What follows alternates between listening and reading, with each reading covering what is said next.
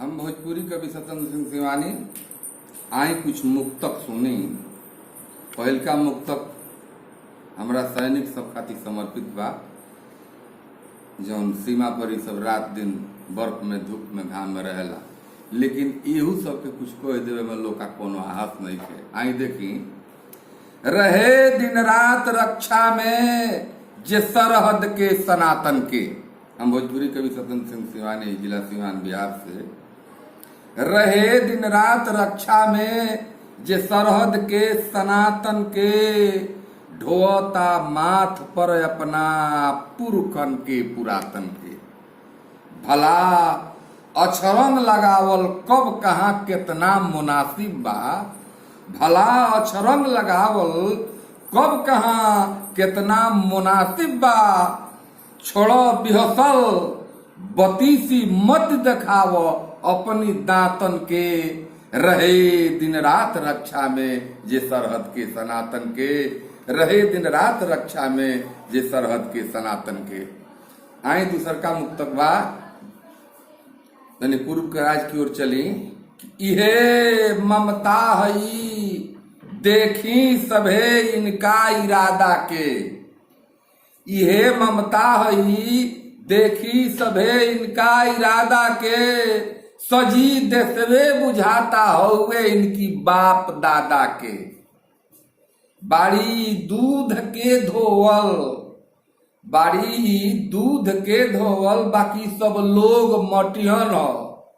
बाड़ी दूध के धोवल बाकी सब लोग मटिहन हो। दनाई घोर के पियली, दनाई घोर के पियली जमावस धाक दादा के। यह ममता हई देखी सभे इनका इरादा के। सजी देसबे बुझाता होगे इनकी बाप दादा के। आई अगला मुक्तक बा कि पापड़ ना होई खाजा केतनो पाग कैला से। पापड़ ना होई खाजा केतनो पाग कैला से। कलेवर ना कबो बदली गंगा में नहैला से। बना के फेंक भरमा के केतना भाव पैब तू। बना के भेख भरमा के केतना भाव पैब तू। जालीदार टोपी पहिर के जलसा में गैला से। जालीदार टोपी पहिन के जलसा में गैला से। पापड़ ना होई खाजा केतनो पाग कैला से। कलेवर ना कबो बदली गंगा में नहैला से। आई अगला मुक्तक बा, नजर जेकर बिगड़ जाला ओकर मनवो बिगड़ जाला।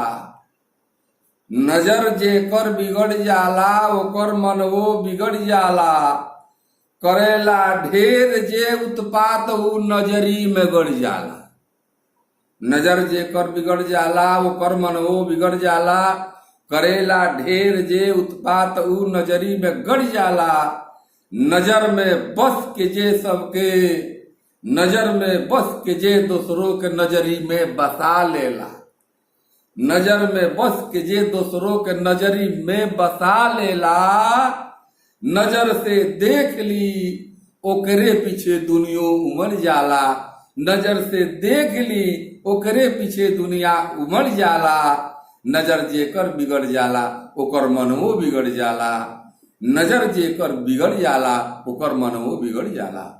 आई अगला मुक्तक एगो बारू कि टूटल विश्वास के टंगरी चलता लड़खड़ा के। जमाना के देख ली, समय के देख ली कि टूटल विश्वास के टंगरी चलता लड़खड़ा के। उठल जाता भरोसा उड़ रहल बा फड़फड़ा के। उठल जाता भरोसा उड़ रहल बा फड़फड़ा के। सवारथ के सरोवर में परमारथ डूबल जाता। सवारथ के सरोवर में परमारथ डूबल जाता। दहशत में दनाई बा जियता तड़फड़ा के। दहशत में दनाई बा जियता तड़फड़ा के। टूटल विश्वास के टंगरी चलता लड़खड़ा के, टूटल विश्वास के टंगरी चलता लड़खड़ा के। निवेदन बा एगो कि भोजपुरी बहुत लोग का लग ले जा सभे समझो, तो यहू चैनल के तरीका सब्सक्राइब करी, जवना से भोजपुरिया लोग या अन्य लोग भी एकरा के जानो आ भोजपुरी के महात्म तनी कुछ बढ़ो। यह से निवेदन बा।